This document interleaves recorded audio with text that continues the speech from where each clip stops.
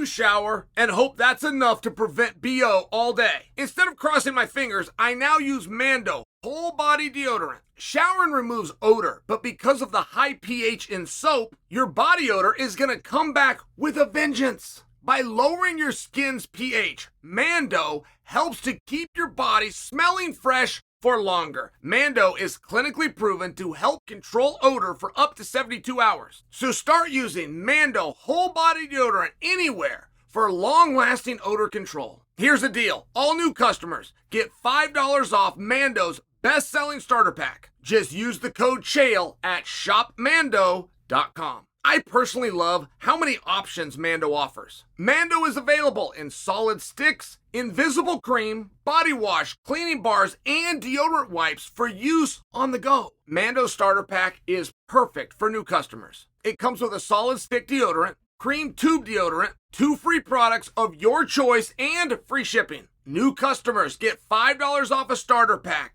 with our exclusive code Chael at shopmando.com. That equates to over 40% off your starter pack. Or just click on the link below. Jon Jones has a date in place, but he's going to have to wait for Dana.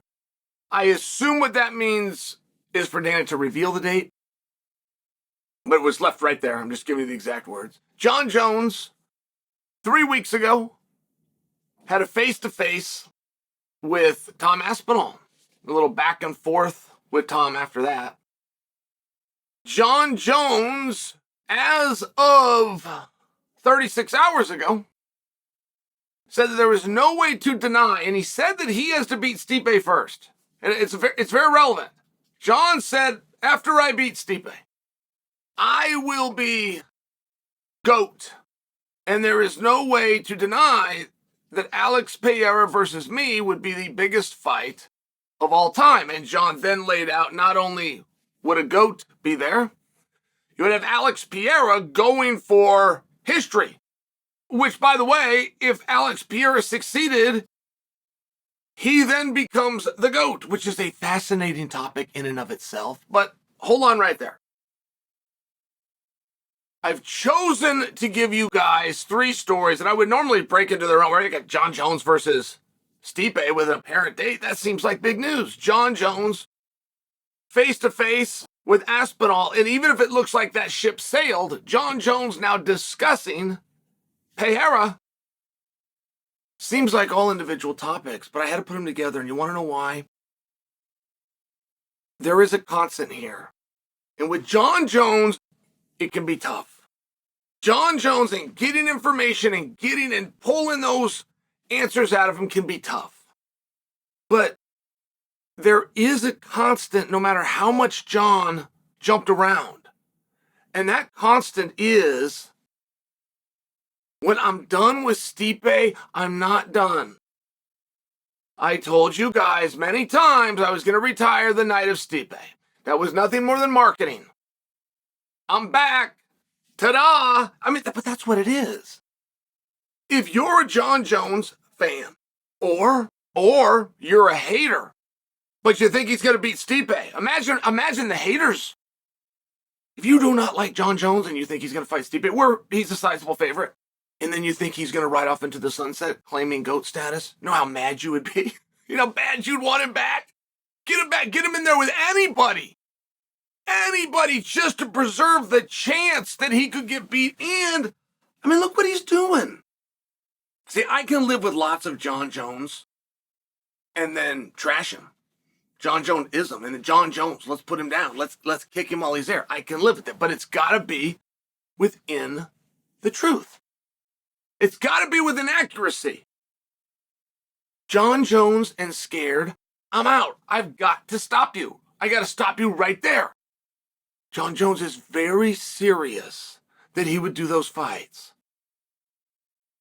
The talk 1 year ago, well, where were we? 1 year ago, I guess the talk was all around Jon because he had just gotten the jump on Surreal. Didn't take a punch, put him away in 1 round. In what should have been, and quite possibly was, Jon's worst performance of all time.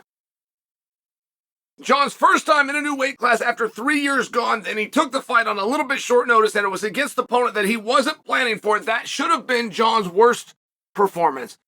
And maybe it was. He still won a world title and never got touched, never got kicked, never got punched, never got taken down in 4 minutes. How's that for amazing? I mean, how is that? How would you like to have that? How'd you like to be so good that on a bad day, you're still the best by a lot? Pretty cool. Fast forward a little bit, it's going to be Jon versus Stipe. That hold it right there. It's going to remain. Now I'm getting deep into 2023, right? I'm getting into summer, and I'm even getting out of the summer, approaching the fall. And the talk goes from not only will Jon not beat Stipe, but if he does, it doesn't matter because he's retired anyway. And he has to retire because he cannot possibly stick around to take on Sergey Pavlich. Do you remember that? Yeah, that's what you were saying. There was no talk of Aspinall. None. In fact, at this time last year, Tom was 0-1 in his last one.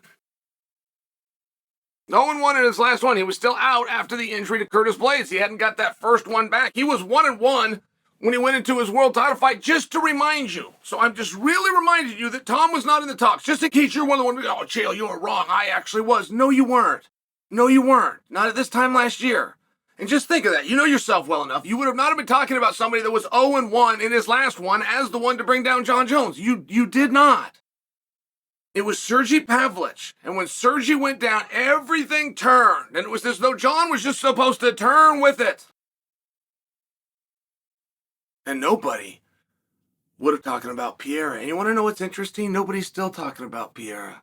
Jon Jones came out and he proclaimed that if he and Pereira were to go at it for the heavyweight title, it would be the biggest fight of all time. And that nobody could deny that. That was an interesting claim.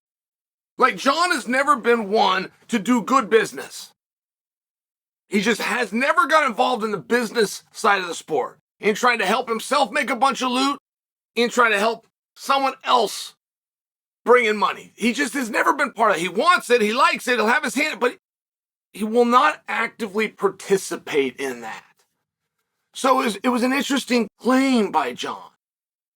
Jon said nobody could deny that would be the biggest, most financially successful fight of all time. That was really interesting. I don't know if he's right. I don't know. And I never would until it was all right. I would have a guess. My guess right now is no. My guess is people would look at Pereira and say, hey, you're just not big enough for heavyweight. Now, I do believe Jon versus Pereira could be the biggest fight of all time. I would need Pereira to go and do whatever it is he's got scheduled to do successfully. I would need Jon to handle the Stipe thing successfully, and I would need Jon to come down to 205 pounds, and they would fight there. In that scenario of an actual bona fide hungry Jon, he was so hungry for fame, he left and went to heavyweight, cleaned them out, and he was so hungry for fame that there's a new guy. He's coming back to see him. And I could get that story. I could get that story put on SportsCenter. So, if you're a Jon Jones fan, you're having a great day today. But if you're just a fight fan in general, you're having a great day today. I mean, the fact that Jon Jones is willing to stay active, the fact that, which, by the way, Stipe Miocic, I mean, there's not very many ways to beat Stipe, but there's one way to sure as hell get beat up by Stipe, which is to overlook him. Ask Francis Ngannou. Ask Daniel Cormier. Ask Junior Dos Santos. Hey, man, is that a guy you can just overlook? And I'm starting to get the feel right now. People are thinking it was Stipe that was out. Or they're thinking that it was Stipe that's held this up. They're thinking that it's Stipe who had these injuries. Stipe has had one goal since he got out of the ring with Francis, and that was to put on good size. He wanted to put on good muscle because he thought he was getting back in there with Francis. The Stipe you're about to see is not the Stipe that you remember last. And if everybody wants to keep on ignoring him and keep putting the focus on Jon, I'll tell you one person that'll let you keep on doing that. Stipe.